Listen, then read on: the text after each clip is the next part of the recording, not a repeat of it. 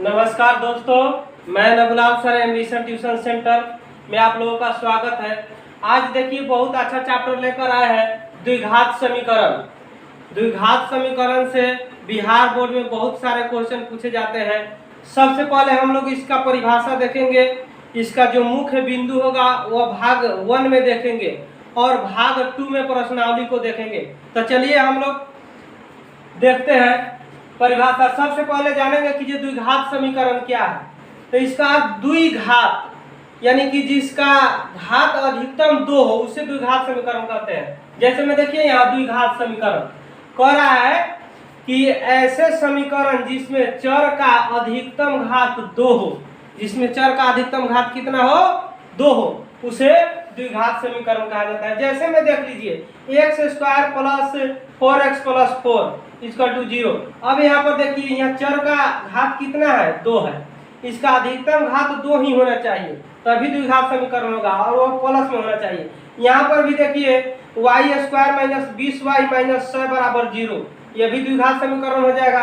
ये सारे उदाहरण दिए गए हैं द्विघात समीकरण का। अब देखिए यहाँ द्विघात समीकरण का व्यापक रूप। तो द्विघात समीकरण का व्यापक रूप होता है यहाँ ax² + bx + c = 0। अब देखिए जहाँ a ≠ 0 कहने का अर्थ है कि जे a 0 के बराबर नहीं होना चाहिए।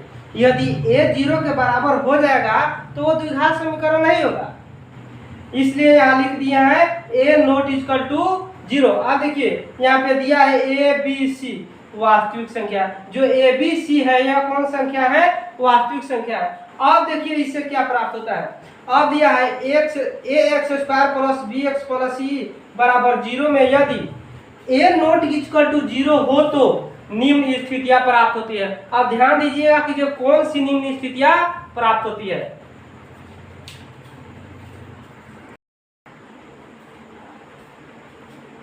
देखिए स्थिति कौन कौन है। एक नंबर में यदि b = 0 और c ≠ 0 हो तो देखिए एकदम इसका ऑपरेशन कर देंगे, देखते जाइए। तो दिया है x² + bx + c = 0। अब ध्यान दीजिएगा ax² + b कितना दिया है 0, x + c = 0। अब ध्यान दीजिएगा तो ax², अब इसका मान तो 0 हो जाएगा। अब सीधे बच गया कितना x = 0। एक यह भी स्थिति प्राप्त हुआ। उसके बाद 2 नंबर में देख लीजिए यदि c = 0 और b ≠ 0 यानी कि c = 0 और b 0 के बराबर नहीं होना चाहिए, तो देखिए कौन सा स्थिति बन रहा है x² + bx + c = 0। अब देखिए यहाँ से ax² + bx, अब इसका मान कितना रखेंगे देखिए तो यहाँ पे 0 बराबर 0 दिया है। अब देखिए तो ax² + bx, अब इसका मान तो 0 है तो 0 का 0 होगा बराबर 0। अभी दूसरा स्थिति हुआ, देख रहे हैं दूसरा स्थिति किस तरह का होगा। अब चलिए यहाँ पे तीसरा स्थिति देख लीजिए। तीसरा स्थिति यदि b बराबर भी 0 हो और c बराबर भी 0 हो, b 0 होना चाहिए और c भी 0 होना चाहिए। तो देखिए ax² + bx + c = 0। आप देखिए यहाँ ax², अब इसके b के जगह पर भी 0 रखेंगे, c के जगह पर भी 0 रखेंगे बराबर 0। अब देखिए तो ax², अब तो सब 0 हो जाएगा, सब 0 हो जाएगा तो बराबर कितना होगा 0 होगा ना होगा। अब देखिए यह स्थिति हो गया। उसके बाद 4 नंबर में देख लीजिए यदि b ≠ 0 c not 0, b या c 0 के बराबर नहीं होना चाहिए, आए तो नहीं रहता है, ठीक है। अब देखिए ax² + bx + c = 0। अब बताइए a भी 0 के बराबर नहीं हुआ, a भी 0 के बराबर नहीं हुआ तो हमारा मान कितना होगा? इतना ही ना होगा। हमारा कितना मान निकल के आया देखिए तो एक फार्मूला से कितना मान निकला, इसका व्यापक रूप था ax² + bx + c, उसका ऑपरेशन करके हम कितना बना दिए 4 ठो बना दिए। चलिए उतार लीजिए।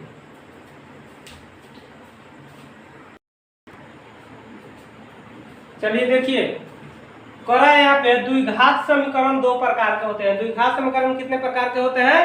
द्विघात समीकरण दो प्रकार के होते हैं, एक में शुद्ध द्विघात समीकरण और दो में मिश्रित द्विघात समीकरण। तो शुद्ध द्विघात समीकरण का यहाँ डिफिनेशन देखिए, परिभाषा कह रहा है जिस द्विघात समीकरण में केवल द्विघात का पद हो, जिस समीकरण में केवल द्विघात का पद हो उसे क्या कहते हैं? शुद्ध द्विघात समीकरण कहते हैं। जैसे में देख लीजिए, एक्स स्क्वायर माइनस 9 बराबर 0, 4x स्क्वायर प्लस 10 बराबर 0। अब देखिए यहाँ पर देख लीजिए, शुद्ध द्विघात समीकरण का व्यापक रूप, शुद्ध द्विघात समीकरण का व्यापक रूप कितना होता है? ax स्क्वायर प्लस c बराबर 0, जहाँ b शून्य है। यहाँ पे b नहीं है, यहाँ पर b नहीं है, b यहाँ पर शून्य है, इसलिए ax स्क्वायर प्लस c बराबर 0। ये शुद्ध द्विघात समीकरण का व्यापक रूप होता है।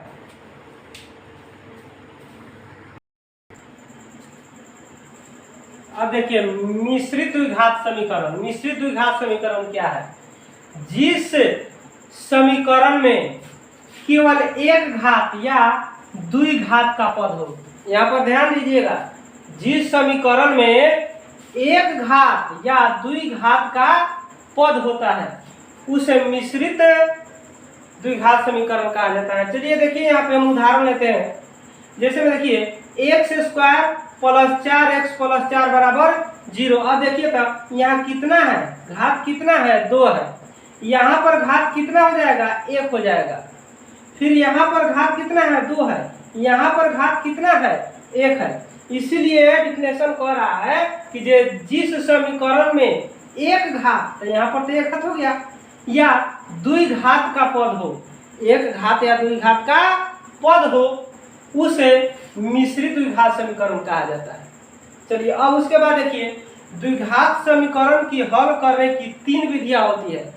जब हम लोग द्विघात समीकरण का हल करेंगे तो 3 विधि से करेंगे। अब कौन कौन विधियां है देख लीजिए।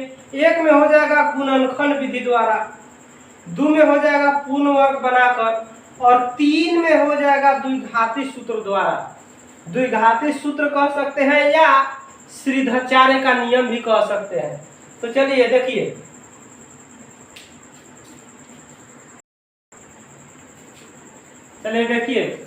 विवेचक या विविक्तर, इसे इंग्लिश में डिस्क्राइमिनेंट बोलेंगे, ठीक है। विवेचक या विविक्तर, उसके बाद इसे इंग्लिश में डिस्क्राइमिनेंट बोलेंगे। देखिए कह रहा है कि जो बी स्क्वायर माइनस 4ac को विवेचक कहा जाता है। बी स्क्वायर माइनस 4ac को क्या कहा जाता है? विवेचक कहा जाता है। इसे डी द्वारा दर्शाया जाता है। अब देखिए इसका शानदार फॉर्मूला होता है, डी बराबर, यानी कि डिस्क्राइमिनेंट, डी बराबर फॉर्मूला होता है बी स्क्वायर माइनस 4ac। ये फॉर्मूला होता है, बहुत शानदार फॉर्मूला होता है।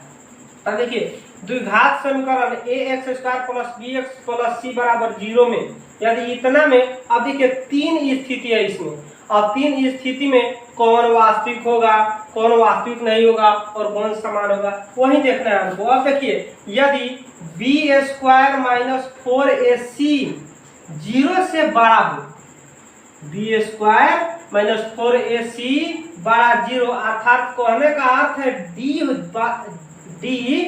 0 से बड़ा हो, डी 0 से बड़ा हो, तो द्विघात समीकरण के मूल क्या होते हैं? देखिए वास्तविक और असमान होते हैं। यदि 0 से बड़ा क्या हो?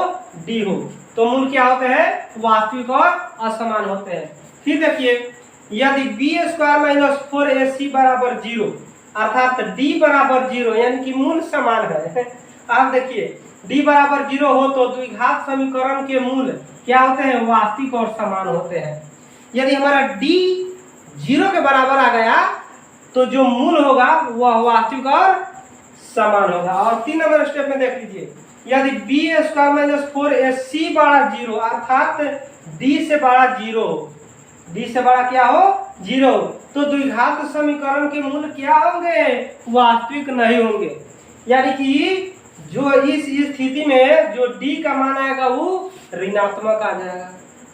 उस स्थिति में यह मूल क्या होगा? वास्तविक नहीं होगा। चलिए इसके बाद अब कुछ फॉर्मूला देखते हैं हम लोग, कुछ फॉर्मूला है लिख देते हैं।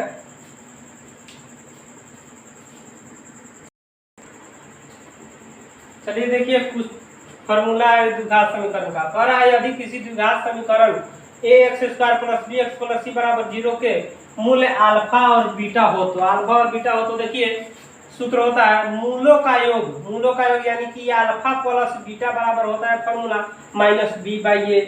फिर कह रहा है मूलों का गुणनफल यानी कि अल्फा इंटू बीटा बराबर फॉर्मूला होता है c/a। फिर होता है द्विघात समीकरण। द्विघात समीकरण या द्विघाती बहुपद भी कह सकते हैं। तो x² - alpha plus beta into x plus alpha into beta बराबर 0। अब देखिए द्विघाती सूत्र या सीधाचार्य का नियम। द्विघाती सूत्र या सीधाचार्य का नियम फॉर्मूला होता है -b + -√d मतलब डिस्क्रिमिनेंट, उसके बाद /2a। अब देखिए यहाँ तो मूल है हमारा अल्फा और बीटा, तो अल्फा का फॉर्मूला होता है -b - √d/2a। फिर बीटा का फॉर्मूला होता है -b + √d/2a। अगले वीडियो में पार्ट 2 में हम लोग बताएंगे कि ये दोहरी दुकान का फॉर्मूला क्या होता है, दोहरी दुकान का फॉर्मूला क्या होता है, और उसे सिद्ध भी करेंगे। आप लोग इस वीडियो को लाइक कीजिए, सब्सक्राइब कीजिए। इतना ही का क्लास खत्म कर रहे हैं। ठीक है, अगले वीडियो में मिलेंगे। जय हिंद, जय भारत।